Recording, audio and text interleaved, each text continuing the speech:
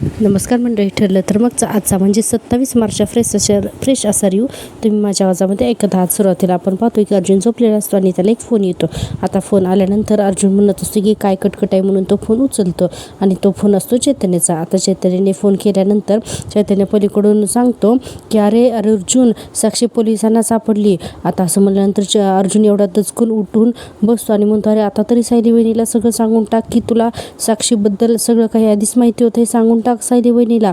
आता चैतन्याने असं सांगितल्यानंतर अर्जुन म्हणतो पण सायलीला माहिती असेल का हे, नाही सॉरी साक्षीला माहिती असेल का हे की मी महिपतसोबत डील केलं आहे ते. तर चैतन्य म्हणतो ऑफकोर्स माहिती असेल, महिपतने तिला नक्कीच सांगितलं असणार.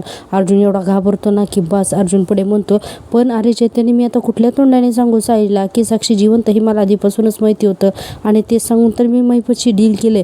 आणि असं अर्जुन चैतन्याला फोनवरती बोलत असून इतक्यातच हे सगळं जे आहे तर ती सायली ऐकते आणि जोरात काय म्हणून ओरडते. अर्जुन तर एवढा दचकतो ना की बस बापरे. आता सायली लगेच बोलायला लागते की तुम्ही एवढी मोठी गोष्ट तुम्ही माझ्यापासून लपवलीत. अर्जुन उठून उभा राहतो आणि आता सायलीकडे येतो आणि म्हणतो की बायको हे बघ, मी जे काही केलं ना तर ते खूप गरजेचं होतं आणि मी तुला सांगतोय ना. सायली म्हणते माझ्यापासून लपवणं गरजेचं होतं का? मी तुम्हाला आधीपासूनच सांगितलं होतं की तुम्ही जर का माझ्यापासून काही लपवलं तर आपलं नातं त्या क्षणी संपेल म्हणून, आणि आता ते नातं आपलं संपलेलं आहे. अर्जुन म्हणत असतो की नाही ग, प्लीज माझं ऐकून तर घे ना एकदा. आणि सायली आता कपाट उघडून तिची बॅग भरत असते. अर्जुन म्हणत असतो की प्लीज मला समजून तर घे, मला माहिती मी खूप मोठी चूक केली आहे, मी ना तुला हे सगळं आधीच सांगून ठेवायला हवं होतं. म्हणून आता अर्जुन सायलीची बॅग खेचतो आणि सायली म्हणत असते की एवढा मोठा विश्वासघात करून ही तुम्हाला असं वाटतंय की तुम्ही मला अडवू शकाल, आणि म्हणत असते की बाजूला बाजूला. म्हणून आता सायली आता निघून जाते आणि अर्जुन बायको बायकोवरून ओरडत असतो आणि असं ओरडत ओरडत तो झोपेतून उठतो आणि हे सगळं अर्जुनचं स्वप्न असतं. आता अर्जुन झोपेतून उठतो आणि म्हणतो अरे सायली कुठे गेली, आणि पुन्हा त्याच्या लक्षात येतं की आणि म्हणतो अरे म्हणजे हे स्वप्न होतं, मी झोपेत साक्षीबद्दल काही बोललो असेल का आणि हे सगळं सायलीने ऐकलं असेल का, म्हणजे ती मला सोडून निघून गेली असेल का, असं काहीच्या काही अर्जुन विचार करतो. आणि आता तिथून नातं संपवलं तर नसेल ना ह्या भीतीनं इतका भरभर उठतो आणि पळत पळत बायको करून खाली जातो. आता खाली सुभेदारांच्या घरामध्ये सगळेजण डायनिंग टेबलवरती नाश्ता करत बसलेले असतात. प्रतापराव, कल्पनाताई आणि अश्विन तिघेजणही नाश्ता करत असतात. विमल किचनमध्ये स्वयंपाक करत असते. इतक्यातच अर्जुन पळत पळत येतो आणि बायको करून हाक मारायला लागतो जोरजोरात. सगळ्यांना काही कळतच नाही की हा असा काही बायको करून ओरडतोय. इतका घाबरलेला असतो ना अर्जुन की बस. आणि अर्जुन म्हणतो डॅड मम्मा तुम्ही बघितलं का सायलीला कुठे? कल्पनाताई म्हणतात नाही मी नाही पाहिलं कुठे. आणि प्रतापराव म्हणतात आणि मी सकाळी मागच्या बागेमध्ये योगासनं करत होतो तर तिथेही नव्हती सायली, असं प्रतापराव सांगतात. आणि कल्पना म्हणते की अर्जुन दादा सकाळपासून सायलीताई स्वयंपाकाला सुद्धा आले नाही. तो आता हे वाक्य ऐकल्यानंतर अर्जुन खूपच घाबरतो आणि म्हणतो अश्विन तू बघितलंस का सायलीला? अश्विन म्हणतो नाही मी पण नाही बघितलं. प्रतापराव म्हणतात अर्जुन अरे काय झालंय? अर्जुन म्हणतो नाही काय नाही झालं, मी बाहेर जाऊन बघून येतो. हा, आणि इतक्यातच सायली तिथे येते. आता सायलीला बघितल्यानंतर सगळ्यांना बरं वाटतं कारण सायली बागेत गेलेली असते आणि तिच्या हातामध्ये फुलं असतात. तर आता अर्जुन म्हणतो की सायली म्हणते की काय झालं? कल्पना ते हसतात आणि म्हणतात की बायको नाही म्हणल्यानंतर घरात तुझ्या नवऱ्याचे पाय ना थरथर कापायला लागले बघ.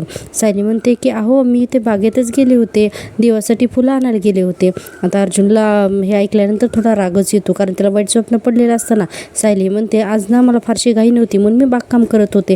अर्जुन म्हणतो सांगून जात येत नाही का तुला? सायली म्हणते हो आपल्याच बागेत जाताना कोण सांगून जातं, आणि तसं पण मी जेव्हा गेले ना तेव्हा तुम्ही गाठ झोपलेला होतात. अर्जुन म्हणतो मग मला उठून सांगायचं ना. सायली म्हणते अच्छा म्हणजे तुम्ही गाठ झोपलेले होतात तेव्हा मी तुम्हाला उठून हे सांगायचं की अहो मी आपल्या बागेत चालले, तेव्हाही तुम्ही चिडलाच असताना माझ्यावर की बागेत जाताना कशाला सांगायला हवं, त्यासाठी कशाला मला झोपेतून उठवलंस. अर्जुन म्हणतो तुला ना काही सांगितलं ना की तू वादच घालणार आहेस माझ्याशी, जाऊ दे. म्हणून अर्जुन चिडून तिथून रागाने निघून जातो. प्रतापराव म्हणतात अरे याला काय झालंय, आणि म्हणतात की सायली त्याला काय झालंय ते तू बघ, त्याला काय झालंय ते. सायली म्हणते हो बाबा मला पण कळत नाही की यांना नक्की काय झालंय ते, मी बोलते हं. म्हणून सायली आता फुलं ठेवते आणि आता वरती अर्जुनला समजावण्यासाठी त्याच्या रूममध्ये जाते.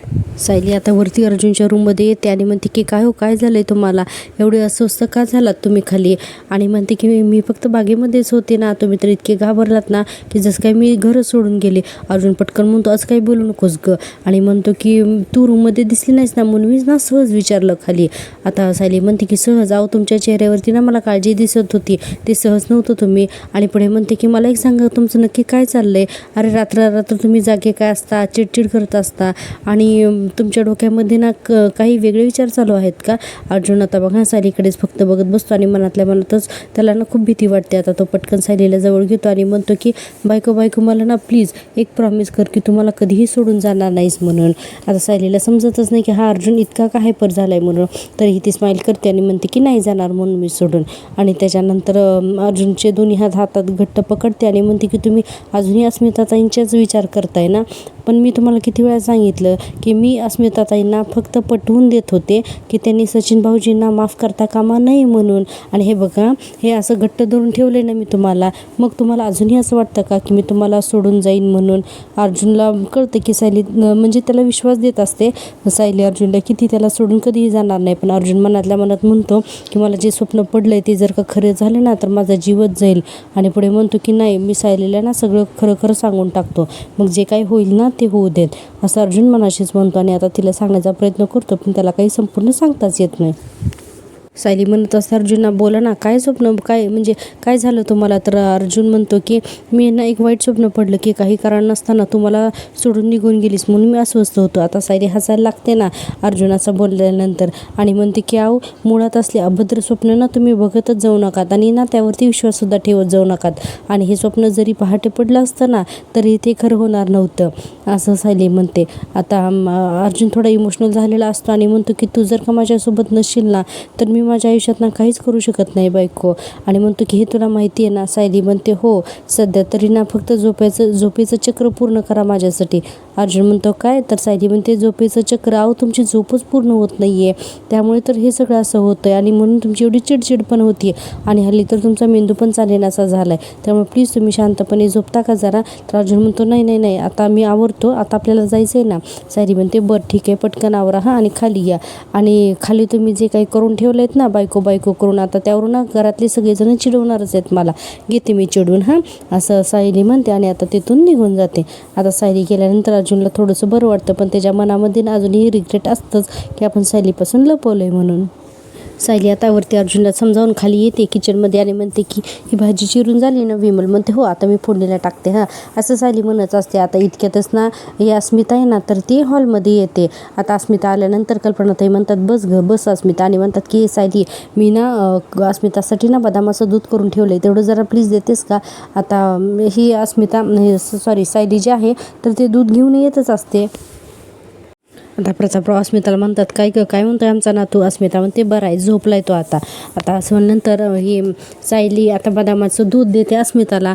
आता अस्मिता दूध घेते, इतक्यातच एक कुरिअरवाला येतो आणि म्हणतो की अस्मिता सुभेदार? तर ती म्हणते हो मीच आले हां म्हणून. इतक्यात अर्जुनसुद्धा खाली आलेला असतो आणि अर्जुन म्हणतो की अरे वा, अस्मिताताईंचे पार्सल यायला सुरुवात झाली, म्हणजे ही डिलिव्हरी नंतर आता ही नॉर्मलला आली. आता सगळे हसायला लागतात. तर आता ही अस्मिता म्हणते अर्जुन उगाच चिडवू नकोस हां, मला बाळासाठी ना वस्तू मागवल्यात मी, असं म्हणून आता उठते आणि आता ती पार्सल घेण्यासाठी जाते. आणि आता इकडे अर्जुनला सुद्धा सायली नाश्ता जो आहे तर तो वाढत असते. आता तो माणूस म्हणतो की मॅडम कॅश ऑन डिलिव्हरी आहे. तर अस्मिता म्हणते की ठीक आहे आणि सचिन म्हणून जोरजोरात हाक मारायला लागते.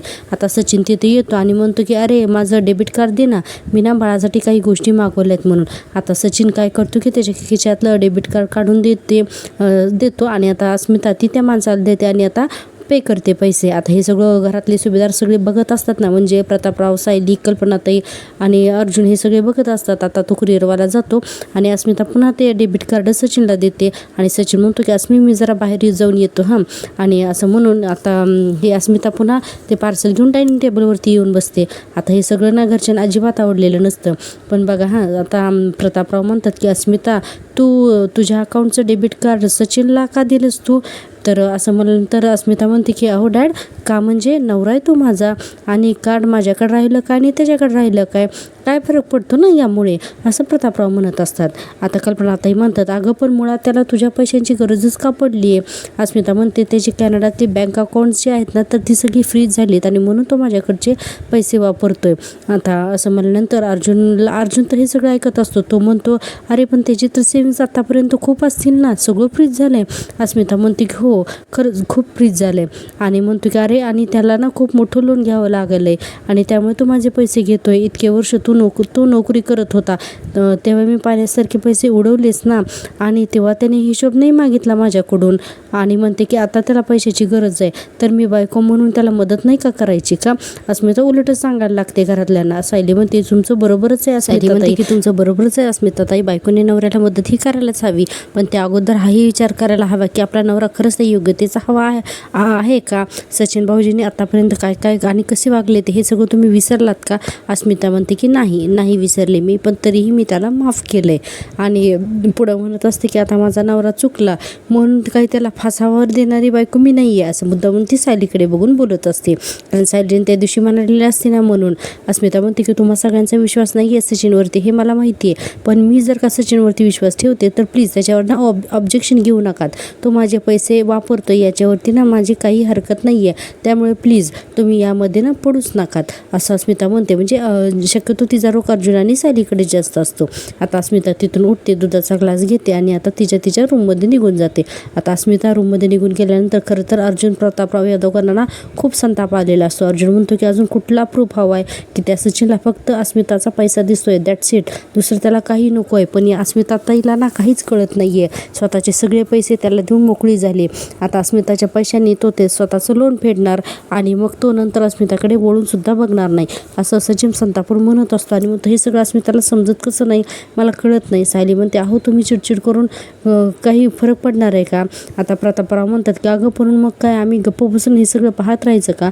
तुम्हाला माहिती ना की या अस्मिताच्या अकाउंटमध्ये खूप पैसे आहेत आणि ते सचिनच्या हातात जाऊन उपयोग नाही म्हणून, असं हे प्रतापराव म्हणत असतात. आणि पुढे म्हणतात की नाही ते काही नाही, मला ना अस्मिताबरोबर बोलायलाच हवं आहे, तसंही सचिन बाहेर गेला आहे, मी तिच्याबरोबर बोलतो. म्हणून कल्पनाताई म्हणतात की मी पण बोलायला येते हां चला म्हणून. आता प्रतापराव आणि कल्पनाताई दोघेजण सुद्धा अस्मिताशी बोलण्यासाठी जातात. इतक्यातच सायली म्हणते पण तुम्ही दोघांनी असं बोलून आता काय उपयोग आहे? अर्जुन म्हणतो मग आता तुझ्याकडे दुसरा कुठला मार्ग आहे का? तर सायली म्हणते की हो आहे माझ्याकडे दुसरा मार्ग. कल्पनाताई म्हणतात कुठला? सायली म्हणते की आई बाबा तुम्ही अस्मिताताईंशी बोललात ना तरी सुद्धा काही उपयोग होणार नाही, सगळं वाया जाणार आहे. त्यापेक्षा ना अस्मिताताईंचं अकाउंट ज्या बँकेमध्ये आहे ना तिथल्या मॅनेजरची तुमची ओळख आहे का? म्हणजे आपल्याला असं काही करता येईल का की काही दिवस अस्मिताताईंच्या अकाउंटमधून कुठलीही पेमेंट्स करताच येणार नाहीत, असं काही होऊ शकतं का? प्रतापराव म्हणतात गुड आयडिया. आणि म्हणतात की खरं तर दुसऱ्याचं अकाउंट असं आपल्याला टेम्पररी डिॲक्टिव्ह करा अशी रिक्वेस्ट आपल्याला तर नाही करता येत, पण तरीही बघू आपण. त्या बँकेचा मॅनेजर जो आहे ना तो राकेश दत्ते, तर तो माझा मित्र आहे आणि माझ्या चांगल्याच ओळखीचा आहे. मी जर का त्याला रिक्वेस्ट केली आणि सगळी परिस्थिती समजावून सांगितली तर तो आपल्याला कोऑपरेट नक्कीच करेल. सायली म्हणते मग बाबा तुम्ही त्यांच्याशी नक्कीच बोला, कारण आपण जर काही असं केलं ना तर एखाद्याकडे दोन पक्षी मारले जातील. एकतर सचिन भाऊजी अस्मिताताईंचे पैसे वापरू शकणार नाही आणि पैसे मिळत नाही आहे म्हणून ते त्यांचे खरे रंग दाखवायला लागतील, म्हणजे सचिनबद्दल बोलतील. आणि म्हणते की जे अस्मिताताईंना कळणं खूप गरजेचं आहे आणि तेव्हाच अस्मिताताईंना कळेल की सचिन भाऊजी नक्की काय आहेत ते. आता प्रतापराव म्हणतात की नक्कीच चालेल, मी असंच करतो. कल्पनाताई म्हणतात सायली तुझ्या तोंडात ना साखर पडो, अगं एकदा का अस्मिताला अक्कल आली ना म्हणजे मिळवलं. आता प्रतापराव म्हणतात की मी आजच बोलतो राकेश बरोबर, असं हे प्रतापराव म्हणत असतात. आणि आपण बघा हे सगळे सुभेदार हॉलमध्ये बोलत आहेत आणि या महाराणी प्रियाबाई आता झोपेतून नुकत्याच उठलेल्या असतात. आता ही प्रिया हॉलमध्ये बघते ना की सगळेजण डायनिंग टेबलवरती नाश्ता करतात आणि बोलत आहेत. म्हणून आता अर्जुन म्हणतो की डॅड मी आणि सायली जरा बाहेर जाऊन येतो, तुमचं बँक मॅनेजरशी बोलणं झालं की मलाही अपडेट करा आणि त्या सचिनने घरात काही गोळ घातला तर तरीही मला फोन करा असं अर्जुन घरात सांगत असतो. आता ही प्रिया नेमकं तेवढंच वाक्य ऐकते ना. विमल म्हणते की सायली ताई तुम्ही पण बाहेर जाताय ना तर बसा नाश्ता करून घ्या, मी तुम्हाला वाढते. सायली म्हणते अहो नको मी घेते ना वाढून म्हणून. आता कल्पनाताई उठतात आणि म्हणतात की सायली बस नाश्ता कर म्हणून. आता ही प्रिया घाबरून म्हणते अरे देवा हे दोघंजण परत एकत्र चाललेत, यांच्यावरती लक्ष ठेवून हा माझा फुल टाईम जॉबच होऊन बसलाय. म्हणून प्रिया तसंच झोपेतून उठून पळत येते. अर्जुन म्हणत असतो झालाय का तुझा नाश्ता, आपण निघूयात का? सायली म्हणते हो झालंय, म्हणून आता ताटं उचलत असते. इतक्यातच प्रिया तिथे येते आणि म्हणते की मला ना उठायला उशीर झाला, ते काय आहे ना की अलार्म वाजलाच नाही ना आणि अश्विनसुद्धा मला न उठवताच निघून गेला. कल्पनाताई म्हणतात अगं काहीच हरकत नाही, असू देत. आता ही प्रिया म्हणते की विमल अश्विन डबा घेऊन गेला का? विमल म्हणते की नाही, म्हणजे मी डबा भरून ठेवला होता पण ते घेऊन नाही गेले म्हणून. प्रिया म्हणते की अरे त्याने आत्ता हॉस्पिटलला जाऊन ना मी त्याला डबाच देऊन येते. अर्जुन म्हणतो की सायली आपण निघूयात का आता. आता लगेच प्रिया म्हणते की तुम्ही दोघं जण जरा बाहेर जाताय का. नाही तुम्हाला प्रॉब्लेम नसेल तर तुम्ही मला अश्विनच्या हॉस्पिटलकडे सोडाल का. आता ही प्रिया मुद्दाम करते. हे सगळं अर्जुन सायलीला कळतं. कल्पनाताई म्हणतात अगं पण तुझं तर अजून काहीच आवरून झालेलं नाही आहे आणि अजून घरातली कामंसुद्धा पडलेली आहेत ना. आणि तसंही ना अश्विनला डबा द्यायची एवढी काही घाई नाही आहे. तू नंतर गेलीस ना डबा देऊन तरीही चालेल. आता ही प्रिया म्हणते अहो लगेच 10 मिनिटात आवरते ना मी आणि घरातली कामं काय ती मी आल्यानंतर सुद्धा करेन ना. असं प्रिया म्हणायला लागते. आणि पुढे म्हणते अश्विनला ना असा लंच ब्रेक नाही मिळत. त्याला जसा वेळ मिळेल ना तसा तो खाऊन घेतो. आणि पुढे म्हणते की मग त्याच्याकडे वेळ डबा असलेला कधीही चांगलंच ना. आणि म्हणते की कुठल्या मार्गी जाणार आहात तुम्ही. अर्जुन म्हणतो तुला हॉस्पिटलला जायचं आहे ना तर आम्ही सोडतो तुला. ही ना उगीच त्यांचा मार्ग विचारत असते. सायली म्हणते प्रिया जा पटकन तू आवरून घे आम्ही तुला सोडतो. मग प्रिया म्हणते हो हो लगेच चालेल मी लगेच आवरून येते. मग प्रिया तिथून निघून जाते. आता प्रिया गेल्यानंतर अर्जुन मेसेज करतो की मला आणि सायलीला कॅफेमध्ये पोचायला थोडा उशीर होईल असा अर्जुन मेसेज करतो त्या वंदना जाधव यांना बरं का. आणि त्यानंतर प्रतापराव म्हणतात अरे कशाला थांबताय तुम्ही या मुलीसाठी जा तुम्ही. आणि हिचं आवरलं ना की जाईल तिची ते बघेल काय करायचं ते. आता सायली म्हणते काही हरकत नाही बाबा थांबतो ना आम्ही. अर्जुन म्हणतो अगं पण कशाला आपण गेलो असतो ना. सायली म्हणते आपण थांबूया मी सांगते ना तुम्हाला नक्की आता काय करायचं ते. तिला तिच्याच कामामध्ये ना बरोबर अडकून ठेवते की नाही बघाच तुम्ही. म्हणून आता अर्जुन म्हणतो की कसं. सायली म्हणते बघा आता. आणि आता सायलीचा खतरनाक प्लॅन सुरू होतो. आता आपण पाहतोय पुन्हा पुढचा सीन. पुढच्या सीनमध्ये आपण पाहतोय ही प्रिया येते शेवटी अर्जुन आणि सायलीच्या गाडीत. आणि म्हणते काय रे तुम्ही कुठे चालला होता तुमचा रूट काय नाही म्हणजे काय ना की तुम्ही उगीच मला अश्विनकडे हॉस्पिटलला सोडायला येत आणि उगीच तुम्हाला ना वळसा घालून यायला नको ना असं म्हणून. आता सायली म्हणते की तू नको काळजी करूच आम्हाला काही त्रास वगैरे होत नाही वळसा घालून जाण्याची काहीच गरज नाही आहे. आता आपण पाहतोय की इकडे प्रियाला ना आता कंटिन्यू एकसारखे फोन यायला लागतात. आता ते फोन असतात की महिनाचे आणि ही प्रिया तो फोन कट करत असतो. आता अर्जुन आणि सायली या दोघांचंही बारीक लक्ष असतं या प्रियावरती. आणि हा फोन असतो तो म्हणजे सदाशिव आणि मैनावतीचा. इकडे आपण पाहतोय इकडे सदाशिवला एकसारखा खोकला येत असतो आणि मैनावती म्हणत असते थांबा थांबा तुमची ना ढासच कमी होत नाही हे घ्या पाणी घ्या सावकाश सावकाश असं ते सदाशिवला म्हणत असते. आणि आता सदाशिवला ताप सुद्धा आलेला असतो. मैनावती म्हणते की बापरे तुमचा ना आता ताप पण वाढायला लागलाय काय करू आता मी. म्हणून म्हणते ना आपल्या ह्या पोरी पण आहेत ना की अशा वेळेला महामारी पसरल्यासारख्या गायब होतात एक जण फोन उचलत नाही. सदाशिव म्हणत असतो की मीनाला फोन लाव. मैनावती म्हणते मीनाला फोन लावून काय होणार आहे आपल्या पोरींकडे ना विष खायला सुद्धा पैसे नसतात आणि त्या काय फोन उचलणार आहेत. खरा पैसा तर आहे ना त्या बबलीकडं आणि तिला फोन करायला पाहिजे. सदाशिव म्हणतो परत लाव तिला फोन. आणि सदाशिवला एकसारखा खोकला येत असतो. सदाशिव आजारी असतो. मैनावती म्हणत असते की मी लावते ना तिला फोन. आणि इकडे प्रिया मैनावतीचा कॉल सतत कट करत असते आणि मैनावती पुन्हा फोन करते. प्रिया पुन्हा फोन कट करते. हे सगळं अर्जुन आणि सायली दोघी जण सुद्धा बघत असतात. आणि इकडे मैनावती म्हणत असते अगं ए बाई उचल ना गं फोन. आणि म्हणते की कुठं मेलीस तू असं त्या प्रियालाही फोनवरती म्हणत असते. पण प्रिया काही केल्या फोन उचलत नाही एकसारखे फोन कटच करत असते. आणि शेवटी तर प्रिया फोन एकदम सायलेंटच करून टाकते. आता हे सगळं ना बराच वेळ अर्जुन आणि सायली बघत असतात. आता सायली शेवटी म्हणते अगं घे ना फोन महत्त्वाचा असेल ना. प्रिया म्हणते छे अगं महत्त्वाचं काय मार्केटिंगवाले फोन करतात ना नुसता त्रास देत असतात अगं म्हणून फोन स्विच ऑफ करून टाकते. आणि स्विच ऑफ करून हिचं लक्ष ना फक्त अर्जुन आणि सायली कुठे जातात इकडेच असतात. इकडे मैनावती म्हणत असते की तुझ्या बापाची तब्येत बिघडली काय करू आता मी ही पोरगी ना फोनच उचलत नाही. आणि म्हणते की अहो काय करू मी आता ही पोरगी फोनच उचलत नाही आता माझ्या कर्मा असं म्हणून मैनावती रडायला लागते. आणि सदाशिवला बोलताही येत नव्हतं अक्षरशः तो खानाखुणा करत असतो. मैनावती म्हणत असते थांबा काहीतरी करू आपण ती करेल आपल्याला नंतर फोन.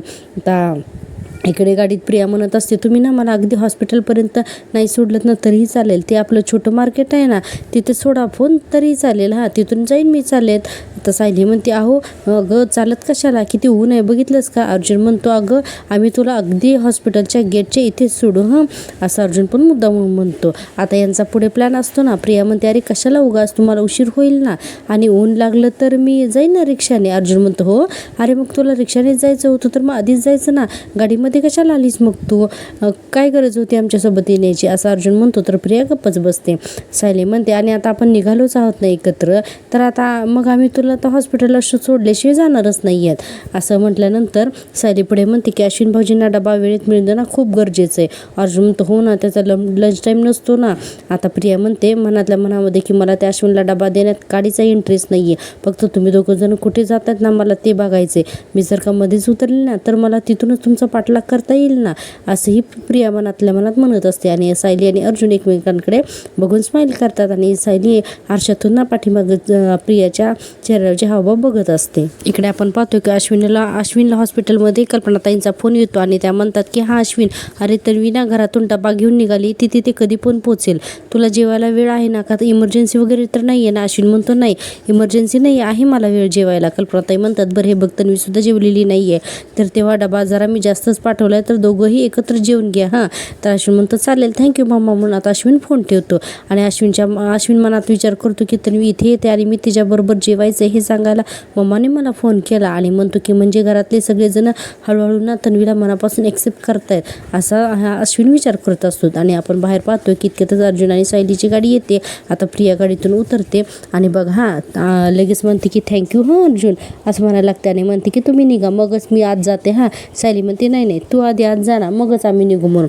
अर्जुन सुद्धा म्हणतो की जा ना. आता प्रिया म्हणते हो चालेल हां चालेल चालेल म्हणून आता हॉस्पिटलमध्ये जाण्याचं नाटक करायला लागते, कारण तिला डबा तिथंच ठेवून तिथून यांचा पाठलाग करायचा असतो ना. पण अर्जुन काही केल्या प्रिया आतमध्ये जाते का नाही ते बघेपर्यंत ना तो तिथंच गाडी थांबवतो. आता प्रिया लांब जाईपर्यंत अगदी बाय बाय करत असते. प्रिया शेवटी वॉचमॅनपर्यंत येते आणि पाठीमागे वळून बघते आणि म्हणते की का माझ्या डोक्यात जात आहे ना काय माहिती, मी डबा इथे वॉचमॅनकडे देऊनच तुमच्या मागे येणारच आहे लगेच, पण आधी तुम्ही निघा तर खरं, असं म्हणते. इतक्यातच अर्जुन आणि सायलीची गाडी तिथून निघून जाते. आता प्रिया पाठीमागे वळून बघते तर गाडी निघून गेलेली असते. आता लगेच बघा हा पटकन तो डबा वॉचमॅनकडे देते आणि म्हणते की दादा हा डबा घ्या. तर अश्विन येतो ना तिथे लगेच तन्वी म्हणून हाक मारतो आणि म्हणतो अगं मी तुझीच वाट बघत होतो. आता प्रिया म्हणते तुला कसं काय कळलं की मी येणार आहे ते. अश्विन म्हणतो अगं मम्माचा कॉल आला होता, तिने मला सांगितलं की तू माझ्यासाठी टिफिन घेऊन येणार आहेस म्हणून. प्रिया म्हणते हो का बरं अश्विन हा घे डबा, एक काय ना की मला ना लगेच निघायला हवं. अश्विन म्हणतो अगं थांब असं काय करतेस, हे बघ काय ना की आज मम्माचा फोन आला होता आणि आज ना तिचा हुकूमच आहे की आज आपण दोघांनी एकत्र लंच करायचं आहे म्हणून. आणि म्हणतो की अशी तशी लंचची वेळ झाली नाही पण मला ना लागली आहे भूक, चल आपण कॅन्टीनमध्ये जाऊया. प्रिया म्हणते नाही नाही नाही मी ना आतमध्ये नाही येत, काय नाही की फक्त तुझ्यापुरताच डबा आहे हा, मी खाल्ला तर कमी पडेल ना. अश्विन म्हणतो अगं नाही कमी पडणार, तू टिफिन घेऊन येते म्हणल्यानंतर मम्माने ना आपल्या दोघांचंही जीवन दिलं आहे त्याच्यामध्ये आणि मम्माने मला तसं सांगितलं आहे फोन करून, चल बरं पटकन. प्रिया म्हणते अरे पण मला ना घरी जायला हवं, घरी ना खूप कामं आहेत आणि सायली पण घरी नाही आहे आणि आईच अस्मिताची बाळाची काळजी घेते, तर मला जायला हवं ना त्यांच्या मदतीसाठी. अश्विन म्हणतो अगं सगळ्यांची इतकी काळजी घेतेस तर कधीतरी स्वतःच्या नवऱ्याची सुद्धा काळजी कर, चल बरं आपण दोघंही जेवूया एकत्र चल.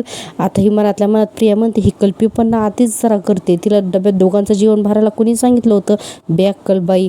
आता अश्विन म्हणतो काय गं तन्वी अगं कसला विचार करतेस तू, दे बरं इकडं माझ्याकडे डबा असं म्हणतो. आणि आता प्रियाला घेऊन तो सिटी हॉस्पिटलच्या कॅन्टीनमध्येच जातो आणि डायरेक्ट हे दोघं जण जेवायला बसलेलेच दाखवलेले आहेत आपल्याला. आणि आता प्रिया म्हणते माझं एवढं खाऊन झालं ना की मी लगेच निघते हां, मला घरी जायला हवं.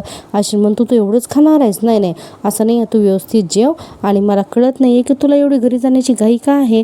प्रिया म्हणते की अरे ते विमल आणि आईवरती सगळं काम पडतं ना, सायली काय रे ती सतत बाहेरच असते आणि आई आता मला स्वयंपाक घरात येऊ देते तर मला तिला मदत करायला हवीच ना.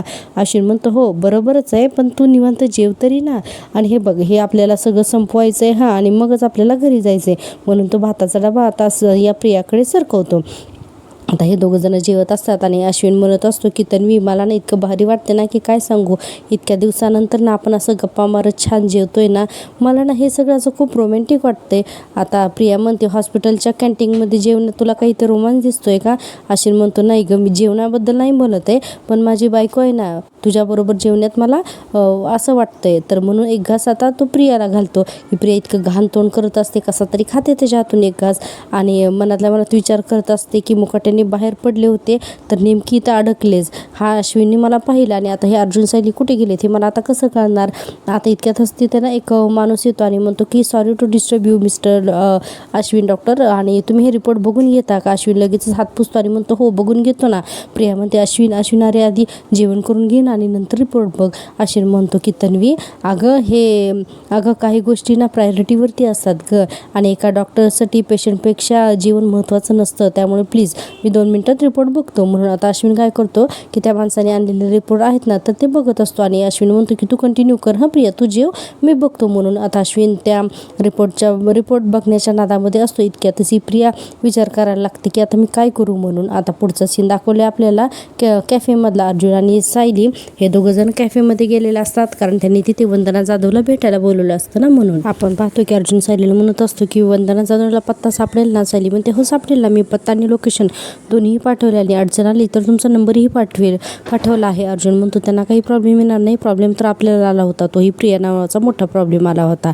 आणि पुढे म्हणतो की आपला पाठलागच करत होती ती. सायली म्हणते अश्विन भाऊजींच्या डब्याचं निमित्त करत होती ती, पण प्रियाला कशी अद्दल घडली ती. आता आपल्या बायकोबरोबर जेवता येईल म्हणून अश्विन भाऊजी पण खुश होतील. आता इतक्यातच ना अर्जुनचा फोन वाजतो, आणि आता तो असतो वंदना जाधवचा. अर्जुन फोन उचलतो आणि म्हणतो की हॅलो, हां मी सायली सुभेदारचा नवरा बोलतोय, तुम्ही आलात का?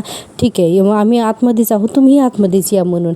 आता बघा हां, अर्जुनने फोन ठेवल्यानंतर लगेच त्या वंदना जाधव ज्या आहेत तर त्या आतमध्ये येतात. आता वंदना जाधव म्हणतात की अर्जुन म्हणतो की बसा ना प्लीज. आता त्या बसतात. हां, आता पहिल्यांदा तर सायली आणि अर्जुन हे दोघंही आणि ह्या वंदनाताई हे एकमेकांकडे पाहतात, आणि पुन्हा आपल्याला दाखवलं प्रियाचा सीन. ही प्रिया म्हणत असते हा अश्विन आहे तर काम करत बसला, आणि नंतर हा काढा बसून पुलिस तुम्हाला काही जाऊच देणार नाही. आता इथून सटकल्यासाठी ना मला काहीतरी आयडिया करावीच लागेल. म्हणून ती काय करते, आता अश्विनी जो भाताचा डबा प्रियाकडे सरकवलेला असतो ना, तर पाण्याचा ग्लास घेण्याचं निमित्त करते, आणि बघा हां तो भाताचा डबा ना अक्षरशः टेबलवरून खाली फेकून देते. बापरे, ही किती विचित्र झाली ना की स्वतःसाठी ना अन्नाचा सुद्धा नासाडी करते, आणि जोरात ओरडते अरे देवा डबा कसा काय पडला, अरे माझी चूक झाली. आता अश्विन म्हणतो अगं तन्वी काय झालं म्हणून. प्रिया म्हणते अश्विन अरे ते पाण्याचा ग्लास घ्यायला गेले ना तर मग चुकून ना माझ्याकडून डब्याला धक्का लागला, बघ ना भात सांडा सगळा खाली, अरे देवा असं कसं काय झालं. अश्विन म्हणतो अगं ठीक आहे तू तेवढंसं तरी खाल्लंस ना. आता प्रिया म्हणते हो मी खाल्ले ना, माझं पोट भरलंय, पण बघ ना सगळं सांडलं, सॉरी. अश्विन म्हणतो की ठीक आहे काही हरकत नाही म्हणून. आणि आता आपल्याला पुन्हा दुसरा सीन त्यांनी दाखवलेला आहे, तो म्हणजे प्रतिमा आत्या आणि सुमनचा. आता या दोघींचा सीन बऱ्याच दिवसातून दाखवला. हां, आता ही सुमन प्रतिभा त्याला म्हणत असते की वहिनी मला ना तुमच्याशी बोलायचं आहे, पण कसं बोलवू ना ते समजत नाही आहे. आता कल्पनाताई आता या प्रतिमा त्या म्हणतात की का नाही समजत, ये इथे बस बरं, बसून आपण बोलूयात म्हणून. आणि म्हणतात हां बोल आता काय म्हणतेस तू. आता सुमन बघा हां सुमन खूप इमोशनल झालेली असते, आणि म्हणत असते की वहिनी मी असा विचार करत होते की मी माझ्या दादाकडे जाऊन राहते म्हणून. आता प्रतिमा त्यांना कळतच नाही, त्या म्हणतात की हो चालेल म्हणून. आणि म्हणतात की प्रतिमा त्या म्हणतात की तुला थोडासा चेंज मिळाला ना सुमन, की तुला ना जरा बरं वाटेल, जा जरूर जा, पण कधीपर्यंत परत येशील. तर सुमन म्हणते की नाही वहिनी मी ना परत नाही येणार. आता हे ऐकून ना प्रतिमा त्यांना खूप वाईट वाटतं, त्या म्हणतात की आणि सुमन म्हणते की मी कायमचंच निघून जाईन म्हणून. आता प्रतिमा त्या म्हणतात की सुमन म्हणून त्यांना खूप वाईट वाटतं. आता सुमन म्हणते की जो घर माझा नवरा पोखराला निघाला होता त्या घरात मी कशी राहू, माझं मन ना मला खातंय, मला ना आता तुमच्यावरती ओझं बनून नाही राहायचं. प्रतिमा त्या म्हणतात की नाही सुमन तू ना कुठेही जाणार नाही आहेस, आणि परत हा असा विचारसुद्धा मनात आणायचा नाही हां. आणि म्हणतात की हे तुझं घर आहे सुमन, या घराला आणि आम्हाला ना तू ना हवी आहेस म्हणून. आता सुमनचा हातात घेतात आणि म्हणतात की सुमन अगं मी किती वर्ष या घरात नव्हते, पण मी नव्हते ना तर इतकी वर्ष हे घर फक्त तुझ्यामुळे उभा राहिलं आहे. या घरावरती रविराजनंतर जर का कोणाचा अधिकार असेल ना तर तो फक्त आणि फक्त तुझा. आणि म्हणतात की माझ्यापेक्षाही जास्त. आता हे सगळं ऐकून ना या सुमनला ना बिचारीला खूप वाईट वाटतं, आणि म्हणते की वहिनी माझंसुद्धा या घरावरती खूप प्रेम आहे. प्रतिमा त्या म्हणते की मग तरीसुद्धा तू असा कसा विचार करतेस की हे घर सोडून जाईल म्हणून. प्रतिमा त्यांना खूप छान समजावतं सुमनला. खरं तर प्रतिमा ते किती छान दाखवल्या आहेत ना त्यांनी, आणि सुमनला अगदी बहिणीसारखं समजलेलं असतं. आता प्रतिमा त्या म्हणतात की नागराज आणि तन्वी खरं तर या दोघांचं या घराशी रक्ताचं नातं आहे, तरी या दोघांनी घराला या सुख कधीच दिलं नाही, आणि तू आणि मी परक्या असून ना तू या घराला फक्त आणि फक्त सुख दिलंयस, आणि तू या घरात नसशील ना तर माझं कैल होईल ग, आणि या घरातलं हे सुख प्लीज आमच्यासाठी परक करू नकोस ग.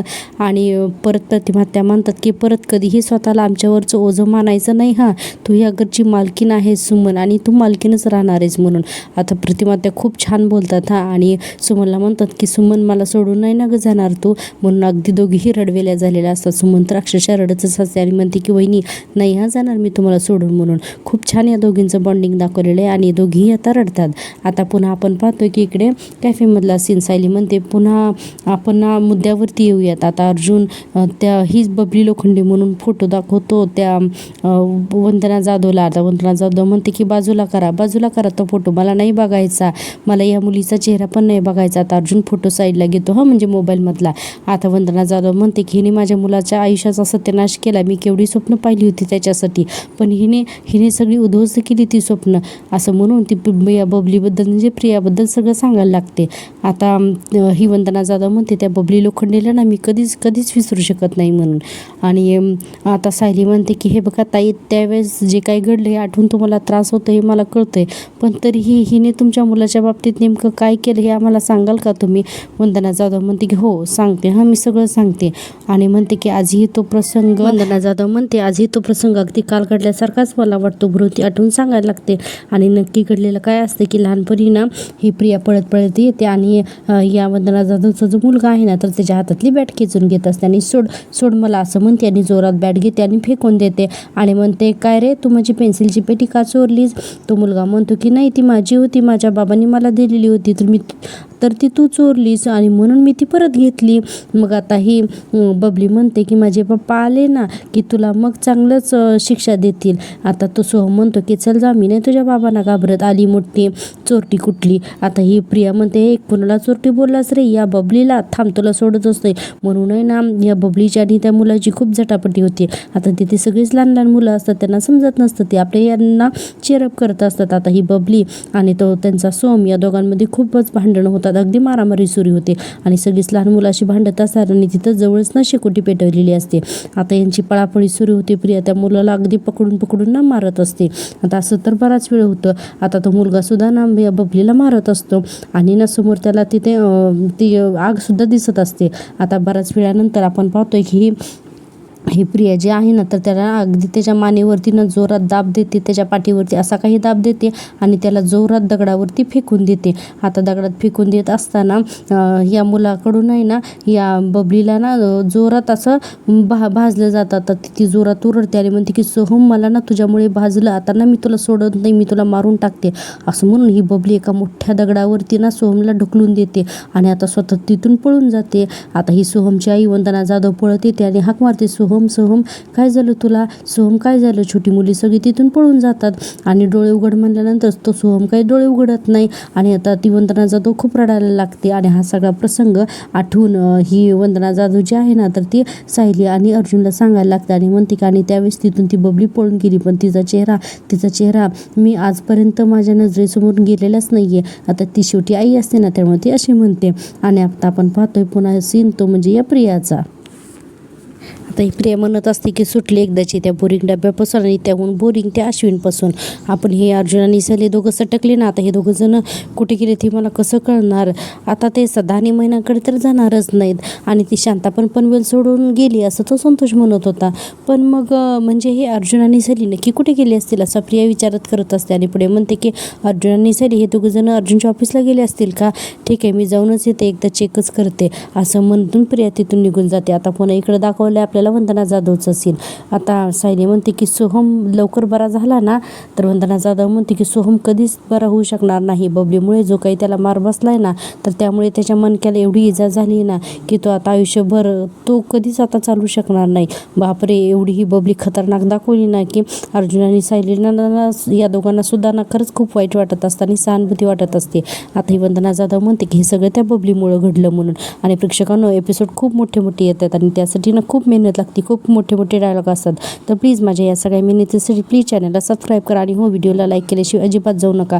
चॅनल मॉनिटाईज होण्यासाठी तुमच्या सपोर्टची खूप गरज आहे. आता आपण पाहतोय की उद्याच्या भागामध्ये अर्जुन म्हणत असतो की जेव्हा आपण घरात सगळ्यांना सांगू ना की प्रिया हीच बबली आहे म्हणून, तेव्हा तिचे खरे आईवडील म्हणजे सदाशिव आणि मैनावती सुद्धा तिथेच असायला हवेत. आणि आता प्रिया आपल्याला दाखवलेलं आहे की मोबाईल चार्जिंगला लावते आणि तिथून निघून जाते. आता पटकन सायली येते आणि तिच्या खोलीमध्ये चेक करत असते की सदा मैनांचा पत्ता पत्ता कुठे मिळेल का. इतक्यातच मैनावती फोन करते आणि म्हणते कुठे हिंडत होतीस गट्टवळी म्हणून. आता प्रिया ही सायली ओळखते ना, ते म्हणते हा आवाज तर सेम मैनावतीसारखाच होता म्हणून आता ही प्रियाचा फोन चेक करते तर त्यात सदाशिव आणि मैनावतीचा पत्ता मिळतो सायलीला. आता ही सायली सदाशिव आणि मैनावतीला सुद्धा पुरावा म्हणून आणणार आणि सायलीला तन्वीला लवकरच एक्सपोज करणार आहेत. तर पुढची भाग ना खरंच खूप इंटरेस्टिंग ठरणार आहेत. तर त्यामुळे ना पाहत राहा. ठरलं तर मग. आणि हो प्रेक्षकांना प्लीज माझ्या चॅनलला सबस्क्राईब करायला अजिबात विसरू नका. आणि हो एक लाईकसुद्धा नक्कीच करून टाका. भेटूया उद्याच्या भागात. तोपर्यंत टेक केअर. बाय.